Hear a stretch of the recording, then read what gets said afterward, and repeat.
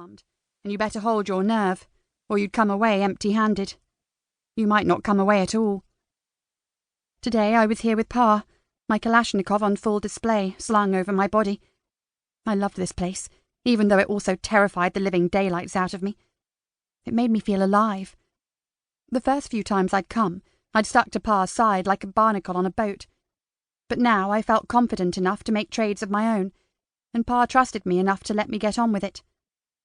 Today, my task was to barter for salt, and my usual supplier wasn't here, so I'd been directed to a man named Milton Hardy, a well-known local character who was doing quite well for himself. He worked out of the back of a horse-drawn wagon and had set up behind a group of fishermen.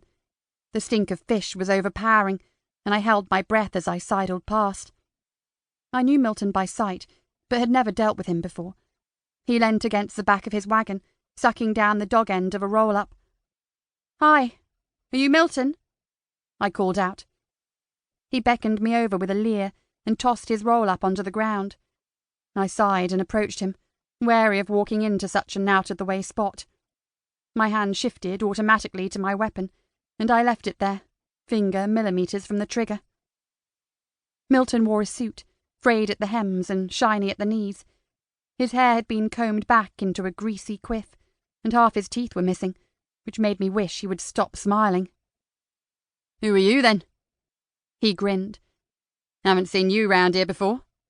Never forget a pretty face." "I'm Riley," I replied. "I was told you trade salt."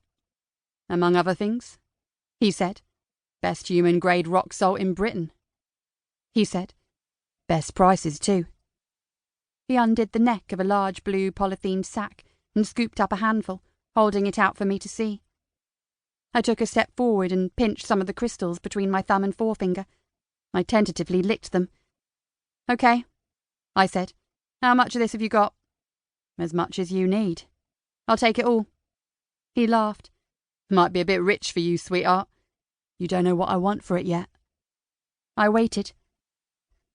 "I've got 32 bags of premium-grade salt. They're going for 500 silver bits each, but I can let you have the lot for 15,000. I turned and walked away. "Told you they was too rich for you," he called after me. I ignored him and carried on walking. "Hey, come back," he cried. "We've only just got going. I can do you a good deal. Maybe you can have it for 12. I stopped and turned around. "I'll give you 1,000. "What? For 32 bags? That's less than I paid for it."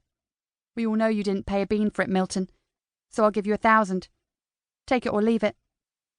The smile left his face. "Come back at the end of the day. If I haven't sold it, you can have it for 5,000. "I won't be here at the end of the day," I said. "My offer's a one-time deal.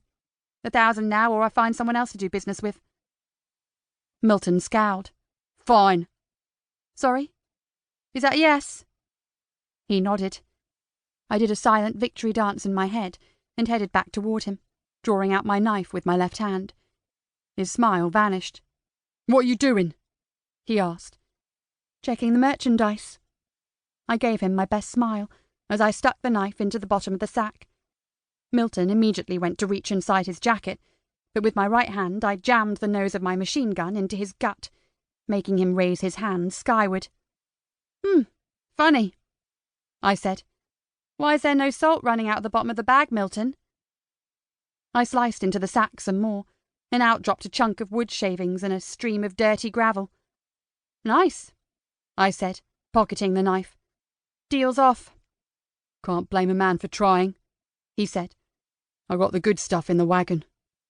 I stepped back, still aiming the Kalashnikov at his skinny body. "Wait here," he said, his hand still raised. He turned and crawled under the tarp in the back of his wagon and dragged out another sack. This bag was clear, and I could see the salt through the plastic. He sliced through the top and held it out for me to try. We finally did the deal, and he rode his wagon over to Pa's AV. He looked from the AV to me and back to the AV again. "You're Johnny Culpepper's daughter?" I nodded. "Oh, sorry for all that stuff back there. I never would have tried to—" "What?" I cut him off. "You never would have tried to rip me off if you knew I..."